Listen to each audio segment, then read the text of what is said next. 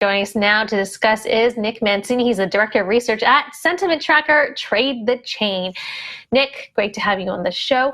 So would love to hear about some of the Bitcoin sentiment you're seeing. If I'm just taking a look at your notes, and you're saying that price action has been both bullish since the new year, despite headwinds from the Fed, DCG, and other problems from Silvergate Bank.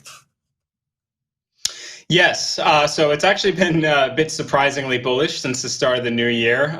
It was something that we discussed, going into the end of last year. We really thought that we might see lower lows, and that really did not come. And of course, so many assets such as Litecoin, Solana, Atom, the list goes on, were so suppressed, and shorting was so heavy on the market. And of course, we have CPI and a few good outlooks in terms of the macro situation. So when you kind of compare all of that together, no new lows, lots of shorting going on, assets down 70, 80, 90%, and you have a new year, which represents new fund flows, new allocations, potentially new entrants into the market.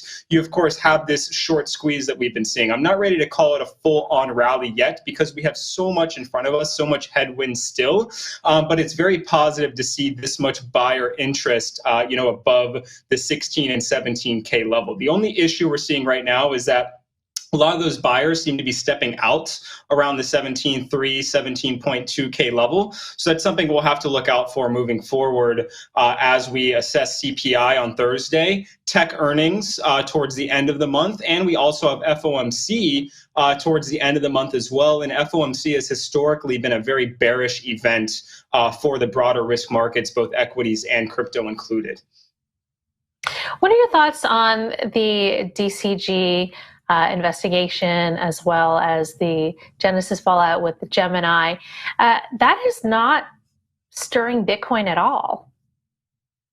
Interestingly enough, you are correct. We just saw the sentiment charts previously, and as you can see, there was a lot more green on there than we've discussed in the final months of 2022. And I think that's because of, the narrative of new fund allocation, CPI is looking positive. But you see those dips. Those dips are actually timed with DCG news announcements, which is very interesting that it hasn't exactly ported over into price action. But clearly any DCG news, whether it be Grayscale or Genesis or a Winklevoss tweet to Barry, that is definitely affecting sentiment and is forcing some buyers to take their money off the table, and it's obviously flatlined a few of the rises that we have seen. Now that we're at 17.3K, we've obviously seen a massive boost. We're very close to early December price action, which is resistance levels for Bitcoin. So I think the 17.3K is going to be a very important number as the market moves into focusing on CPI,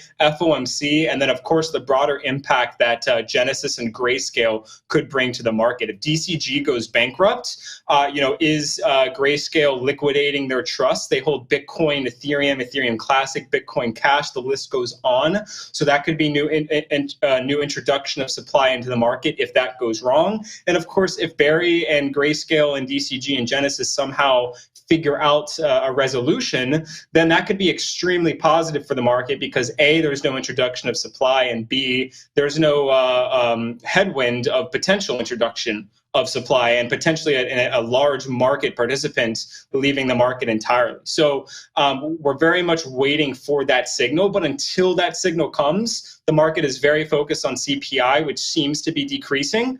And then, of course, the next two headwinds are FOMC and tech earnings, which neither are expected to be very positive for the market.